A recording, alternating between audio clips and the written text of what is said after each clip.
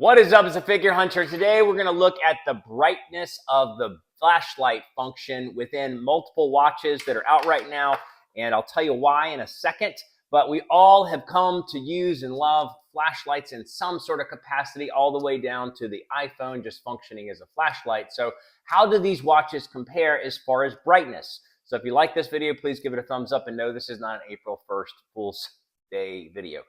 But I'm going to use a light meter. We're going to test each of them from 1.5 feet. And why am I doing this? Two main reasons. One, since deciding of last year to use the Enduro 2 as my daily driver watch, I have grown absolutely addicted to the flashlight function on this. It is absolutely awesome. It is super handy. I use it for everything. And now I'm testing the 965 and the 265.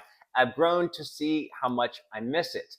The second reason I'm doing this is because the 965 and the 265 flashlight setting is pathetic. When you're coming from a real flashlight on the Enduro 2, this just feels like so weak. And so I had thought to myself, well, we should test. We should see how bright the flashlight functions are on a few primary watches and just actually check it with a light meter. So today we're going to look at the 965 and the 265 and their blacklight flashlight functions. We're going to look at the T-Rex, the Amazfit T-Rex Ultra and its flashlight function. We're going to look at the Apple Watch Series 7. So this is not the Ultra that has a brighter screen, and its blacklight flashlight function, and the Enduro 2 and its flashlight. And we're even going to look at the iPhone to see how bright the flashlight is on the iPhone 14 specifically. So first, we're going to look at a hands-on of how some of the basics look for each of these devices when you actually enable, or how you enable the flashlight in each of these settings. And then second, we're going to run the test. The test, again, is just using a traditional light meter, and each of the watches are placed 1.5 feet away just to see how much light the light meter is picking up. So with that, let's dive in. All right, so you have all the watches and all of their different mini forms. So we're going to start with these last. So if you were looking at the Amazfit Ultra, you would basically swipe down from the top and you see a little flashlight icon, and then the face brightens and becomes its own little flashlight. And similarly with the Apple Watch, you would not go there. You would swipe up, see a little flashlight, and it slowly becomes full brightness. And I think you have other options. You can have it flashing, you can have it red. And then you go to the Enduro 2, which actually just double click, and it has a built-in flashlight, twice the brightness of the Phoenix 7. Then you have these guys, and I just programmed it to have a hotkey to turn on the flashlight there. Use a touch screen, or you can use the buttons to turn it up, and that is the full brightness. Doesn't go any brighter. So it's obviously not using the full screen brightness, which is a bummer. And last but not least, as everybody knows with an iPhone, you swipe down from the top right corner, and then you hit the flashlight, and boom, it is bright in front. All right, here we go. Test number 1 from 1.5 feet with the Enduro 2 flashlight.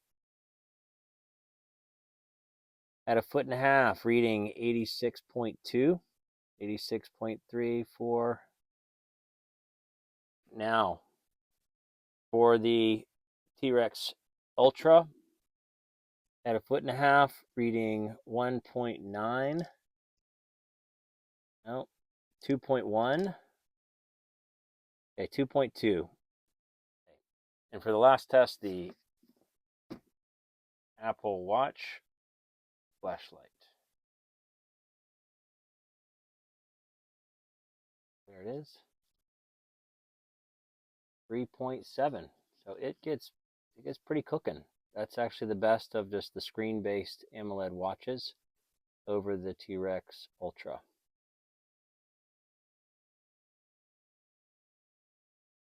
$35.4. 35.4. Wow, that's lower than the Enduro 2 by a multiple of almost 3. Holy cow, I did not know that. Let's try that again. So iPhone brightness. Okay, so now let's see what it reads. Distance of 1.5 feet for the Enduro 2.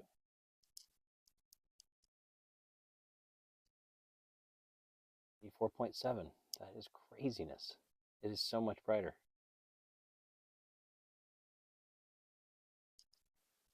And now for the 965 at 1.5 feet. Nothing. 1.5 feet. I can't even get it to register a movement. It's obviously shining light. It's just not enough to pick up. Same test for the 265, which is a smaller screen, so not hoping for any different results.